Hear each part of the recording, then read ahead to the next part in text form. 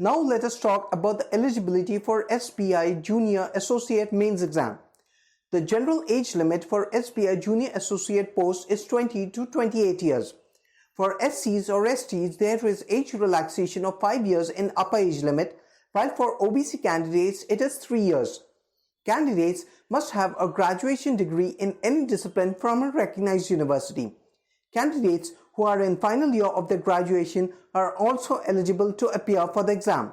A candidate must qualify SBI Junior Associate Prelims exam before taking up Junior Associate Mains exam. Now we will discuss the exam pattern for SBI Junior Associate Mains exam. SBI Mains exam is conducted for 200 marks with time duration of 2 hours 40 minutes. There are a total of 190 questions. Questions will be based on general English, quantitative aptitude, reasoning ability, computer aptitude, general awareness with special relevance in finance. The questions will be of multiple choice and contain negative marking for every wrong attempt. Each question carries 1 mark and 1/4 of mark will be deducted for each wrong answer. The questions will be asked in English and Hindi language.